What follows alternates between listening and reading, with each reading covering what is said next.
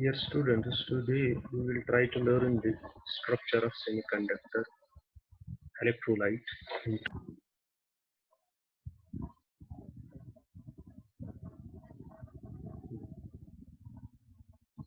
Today we will try to learn the structure of the semiconductor electrolyte interface. How is the charge distributed inside a solid electrolyte?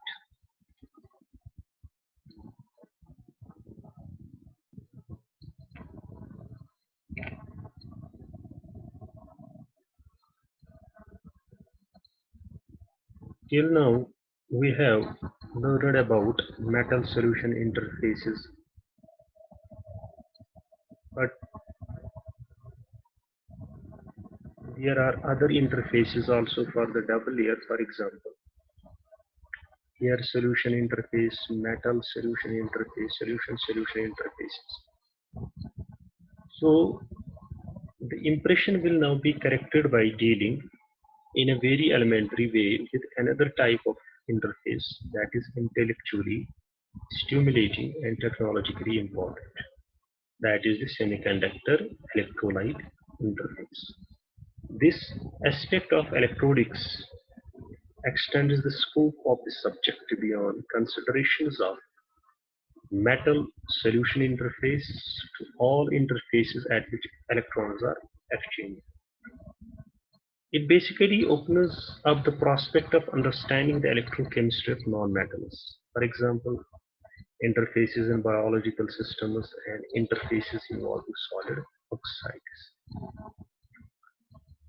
Till now, what we have done, we have denoted Qm as the charge density, which was confined basically to the close to the surface of the metal and to a very narrow region, few angstroms, and extending into the solution.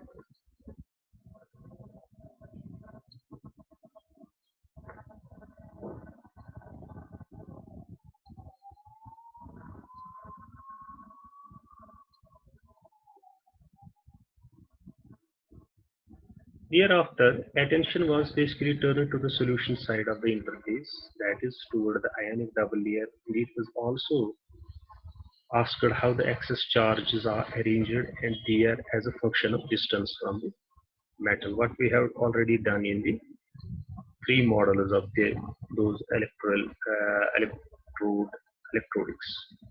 Okay.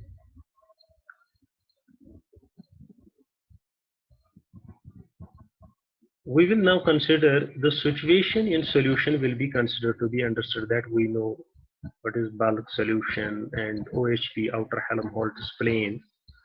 First, I will go to the figure. I will demonstrate few things here. First,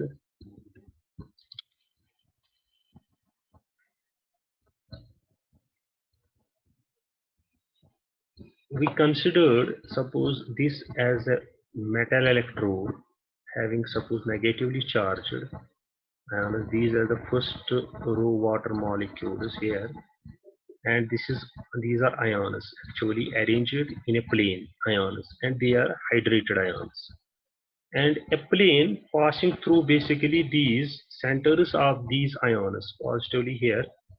This is simply called OHP, outer Helmholtz plane, and it is not in direct contact with the metal. Okay. Now, what is IHP? It is called the inner Helmholtz plane. Inner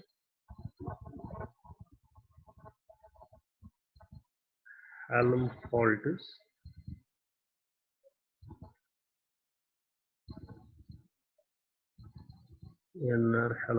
plane. Okay. Here, no first row water molecules between the ions and the electrode. Positive ion dissolved in the direction of the electrode. So basically, these are the ions which are directly in contact with the metal surface, and when we pass a plane through these ions, through the centers of these ions, this plane this plane, this red plane, this will be now called as inner Helmholtz plane. So basic difference, what is the difference basic now between inner Helmholtz and outer Helmholtz? Outer Helmholtz, they are not in directly contact with the electrode, metal electrode, but the inner Helmholtz plane, those ions are basically in contact with the surface of the electrode. And outer Helmholtz plane, it is basically a plane which passes through the centers of these ions. For example, here positively charged ions. And if these are positively charged ions, they are in contact with the metal surface. And if a plane is passed through the centers of these positive ions, this plane will be called the inner Helmholtz plane. So these two terms should be now clear. So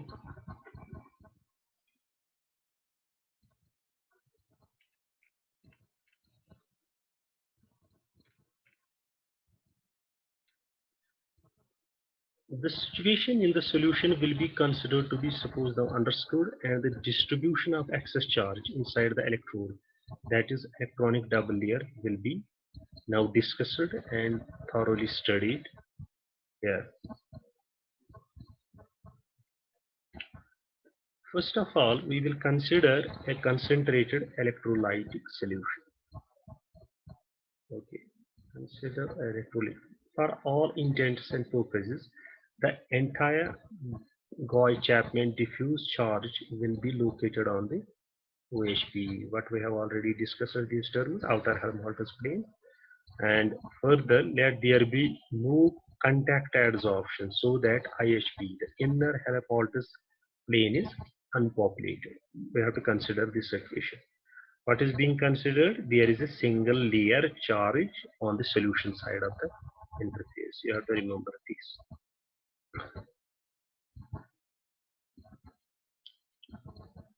So what is the situation inside the electrode now? That depends basically upon whether the electrode is a metal or a semiconductor. What is the most important difference between metal and semiconductor? Operationally speaking, it is basically the conductivity difference. Metals have conductivity in the range of this 10 is 6 coulomb per centimeter, semiconductors in this range. This tremendous difference in conductivity reflects basically predominantly the concentration of the charge carriers.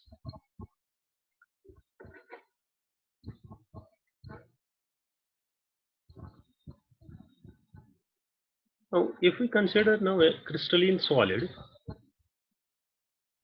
in crystalline solid, the atomic nuclei are relatively fixed, and the charge carriers that drift in response to electric field are the electrons. So the question is, what determines the concentration of mobile electrons? One has to take an inside look at electrons in the crystalline solid. That means we will go deep into this solid and see. First of all, we will see the band theory of the crystalline solids.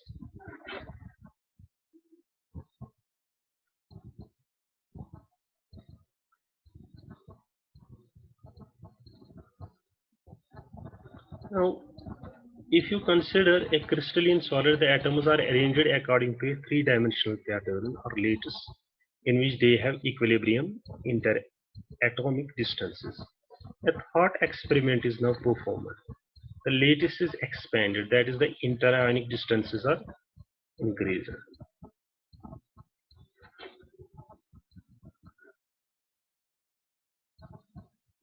Now, when the distance is increased, eventually the atoms are so far apart from they can be considered isolated. Suppose these are gaseous ions, they were in close contact, and now they are being separated. We will consider them as isolated or independent ions, as in gas molecules. Okay. Now, what is the arrangement of electrons in gaseous state of these atoms? It has been proposed that electrons in a gaseous atom are arranged in shells. The shell structure is a result of energy levels of electrons having to follow quantum rules. Thus, only a set of discrete energy states is allowed, and all other energies are forbidden. The energy states are occupied by electrons in accordance with Pauli exclusion principle. The maximum number of electrons per energy state is also 2, and these 2 electrons must have opposite spins. Basically, the energy state falls into groups or shells. Okay. Now, when we try to fill these electrons into these shells, according to the Pauli exclusion principle,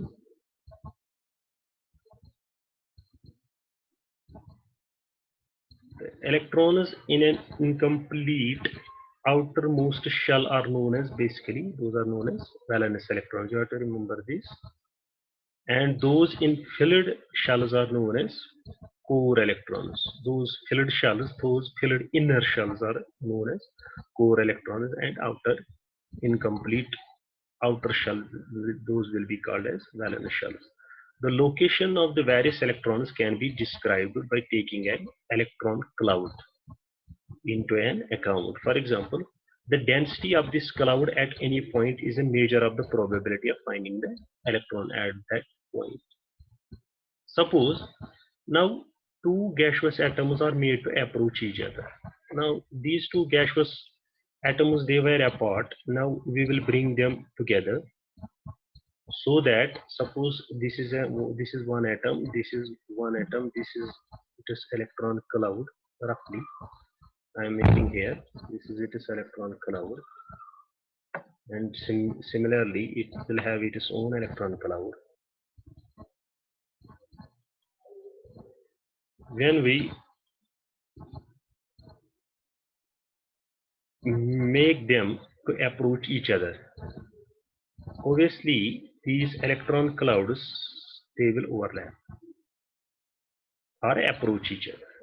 As long as the electron clouds of the two atoms do not overlap, the electron energy states continue to follow the quantum rules for gaseous atoms. What are already defined by Pauli principle, the quantum rules, they will be defined for individual atoms. But when the situation is that when this electronic cloud, that comes close to each other, they or begins to overlap, the electrons interact with both atoms. The rules for electron energy states are upset and they start changing.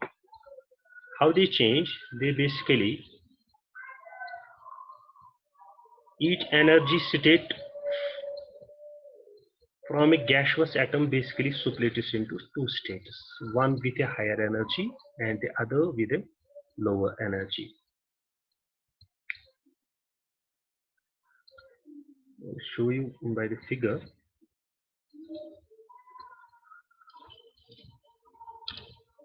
Here you can see,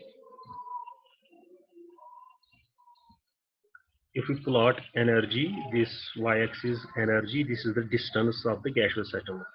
When they are apart, gaseous atoms are very apart, then this kind of curve you will obtain. That means no overlap is there.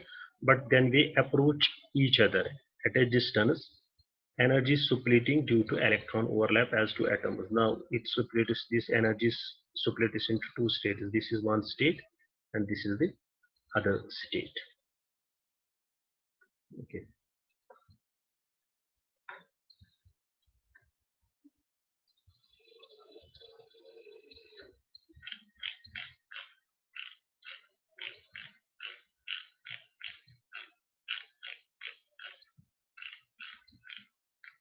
So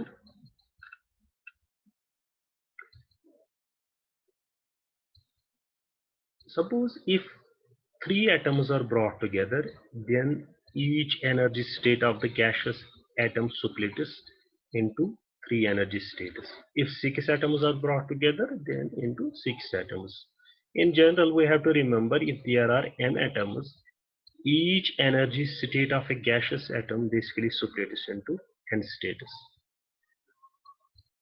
A case may be there, some of these levels may be degenerate, that is, they may be having the same energy, but None can be lost or created. These energy levels, that is the number of energy levels or states in a crystal made up of n particles must be equal n times the number of electronic states in each particle to satisfy Pauli's exclusion principle.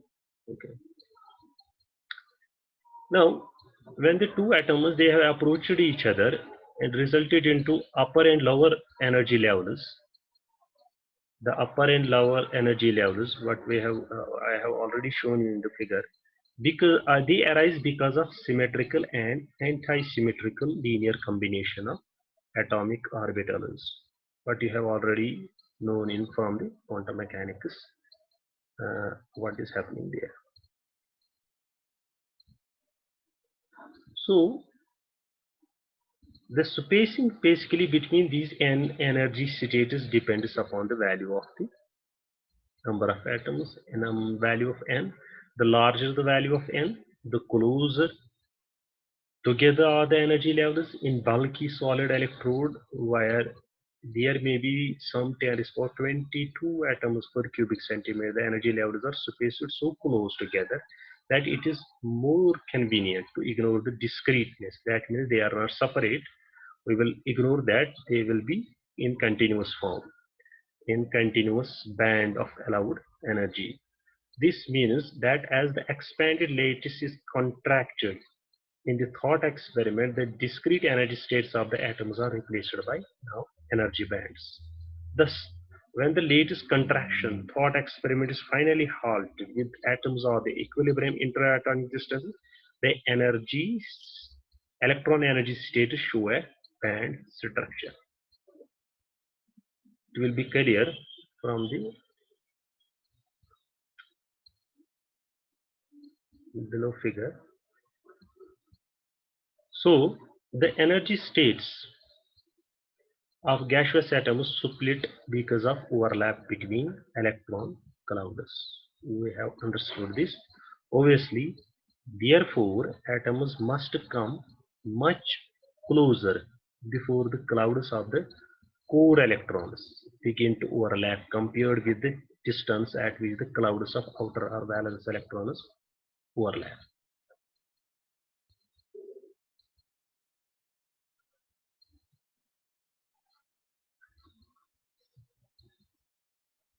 Okay. Hence, at equilibrium interatomic distances, the energy levels of the core electrons, that means the inner electrons, in contrast to the valence electrons, do not show any band structure and therefore will be neglected in the following discussion. We will see this by figure, what I am talking about.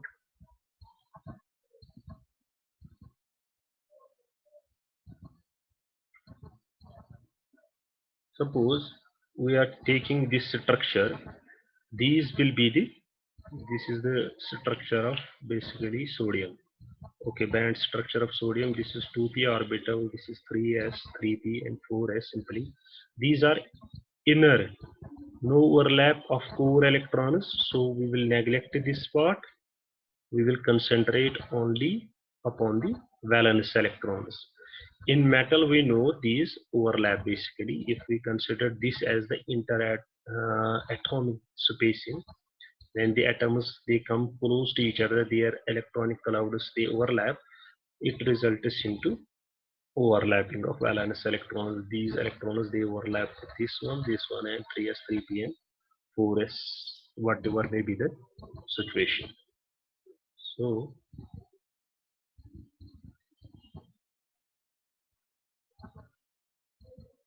what this picture has basically done, if we neglected this part outer, we will consider only this core part, we will consider only the valence electrons. So this simplified picture of band theory of solids will now be used to explain the differences in conductivity of metals, semiconductors and insulators. So here we have actually shown the inner electrons also and valence electrons. And core electrons, they do not overlap, but valence electrons, they overlap, but in case of here the metal. Now we will take the three different cases: conductors, insulators, and semiconductors. The essence of electrical conductivity is that charges must be able to move under an applied electric field. If we apply the electric field, the charges must move, the electrons must move, or the holes must move. In solids, conduction requires the movement of electron, but for an electron to move, there must be partially vacant energy band. So if all energy states in a band are completely filled, then an electron cannot move. For where it can move to when the Pauli principle says it cannot go into a filled state. So the difference in conductivity between different substances must be a matter of vacant or partially filled band. That means there should be vacant orbitals or bands or partially filled bands, then the movement of electron is possible. Now, what we are considering, consider electron energy versus interatomic spacing diagram. We will consider this. Suppose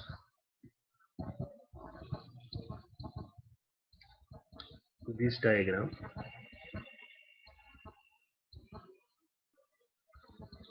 Look carefully. This is the interatomic distances. This subscript m simply represents it is a metal.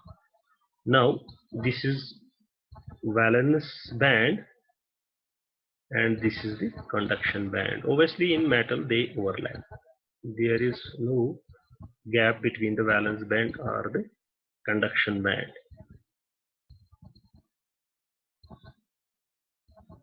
So it clearly showing an overlap of the valence and conduction bands.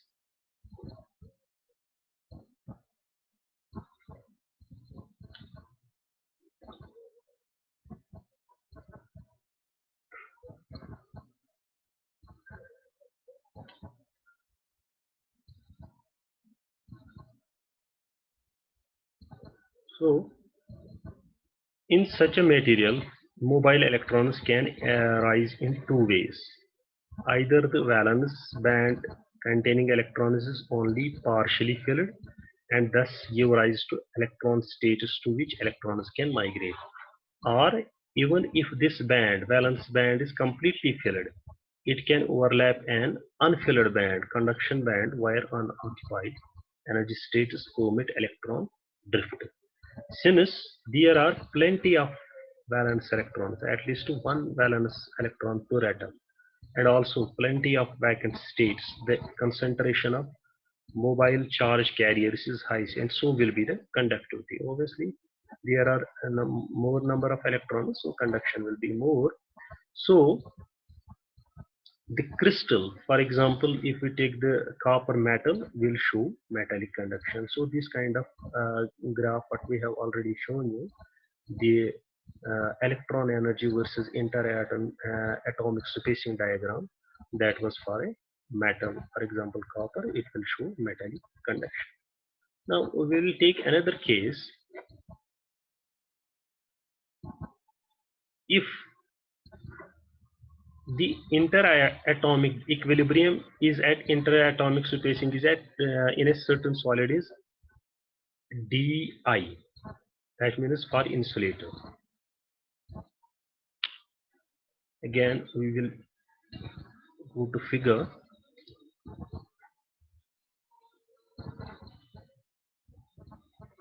We will show it. This is the figure. Now look at this point. Now this is now the equilibrium distance or the interatomic distance, but for the I for insulator. Here valence band and conduction band, obviously they have a definite gap that is called as energy gap. It is greater than kT. This will be filled valence band and this will be empty conduction band. So this is simply showing the filled valence band separated from the empty conduction band by a large gap. So the electron from the valence electron from the this valence band cannot move to the conduction band due to obviously large energy gap difference. This will be simply the case for insulators.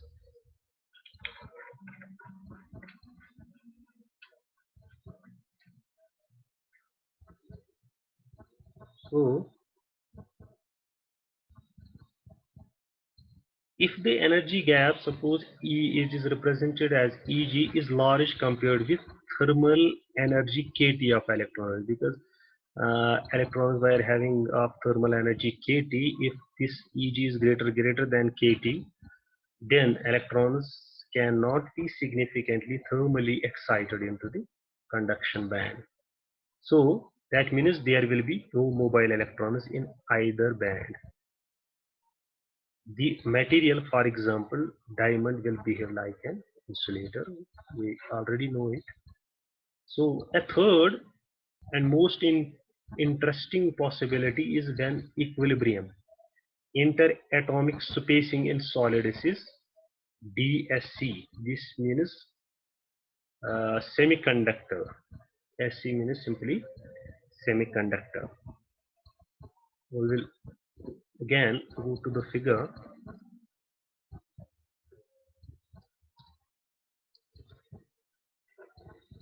If you look into this figure, now the interatomic spacing has moved a little bit, but there is a little difference between our energy gap and our, that is of the order of kT. That means now uh, electrons can be thermally excited. This is the valence band and this is the conduction band. Okay, this is the case of semiconductor.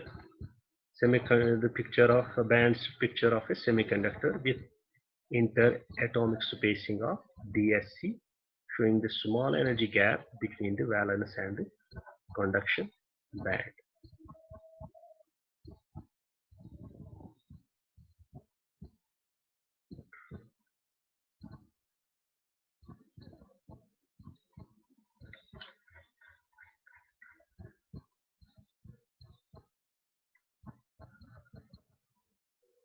So the essence of this situation is that there is an energy gap separating the valence band from the upper band, but this energy gap, in contrast to that in the case of insulators, is not much more than the thermal energy of electrons, and therefore is small enough for electrons in the valence band, that is the electrons used for bonding atoms together, to be excited into the upper band. That means if we simply give the thermal motions of electrons simply by shining light, these electrons can be excited.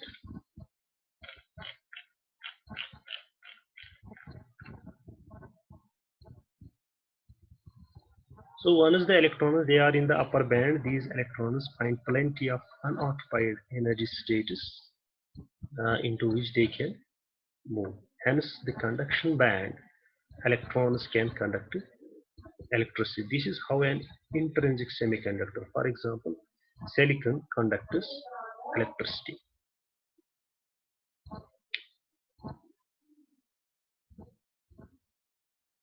Now, when an electron is excited across the energy gap, e.g. to the conduction band in an intrinsic semiconductor, two things happen here. An unoccupied energy state or hole is left behind in the normally full valence band. I will show you by the figure. You can understand this from the figure.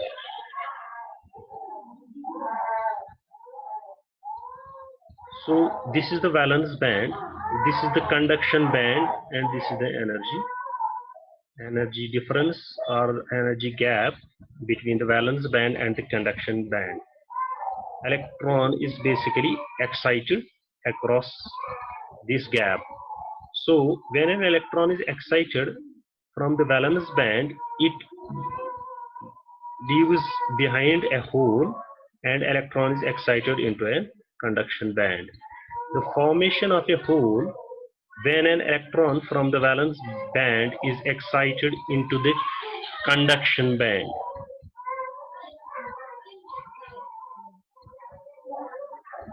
Into the conduction band.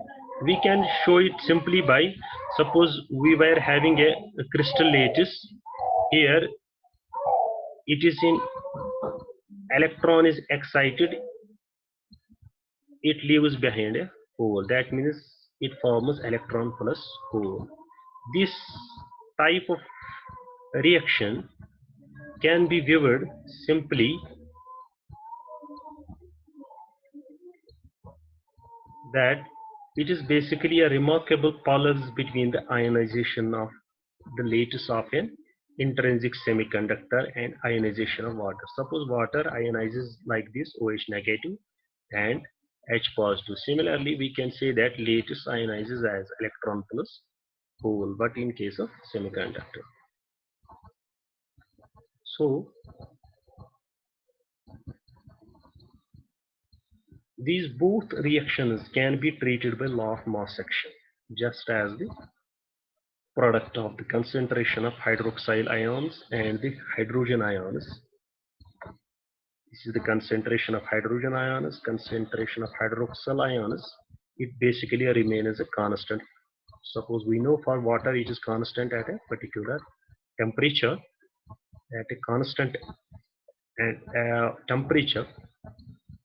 Similarly,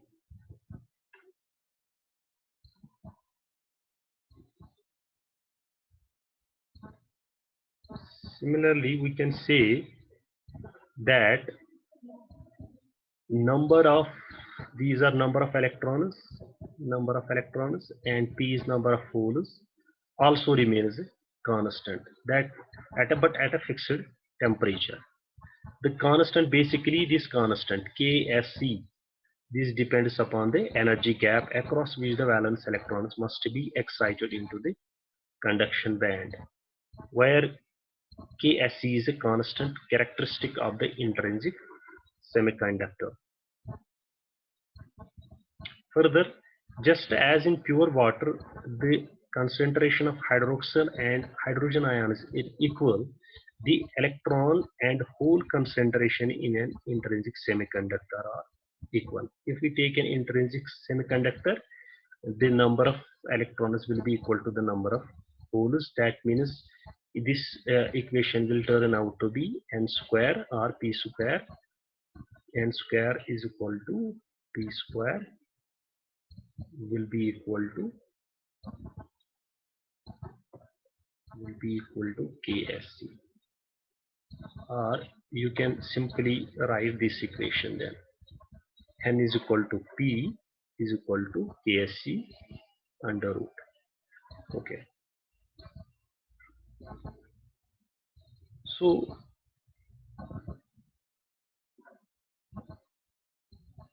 when the value of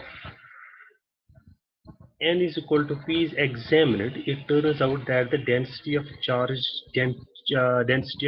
carriers in an intrinsic semiconductors at room temperature is in basically the range 10 raised power 13 to 10 raised power 16, but per cubic centimeter. If you take this much of cubic centimeter of that metal, cubic centimeter, this much of electrons are there. Charge carriers will be there. Electrons plus holes compared with 10 raised power 22 cubic centimeter in a metal. It is relatively low concentration of charge carriers in intrinsic semiconductors that is responsible for the most important differences between semiconductor electrodes and metal electrodes. Okay. I hope you understood this lecture. Thank you.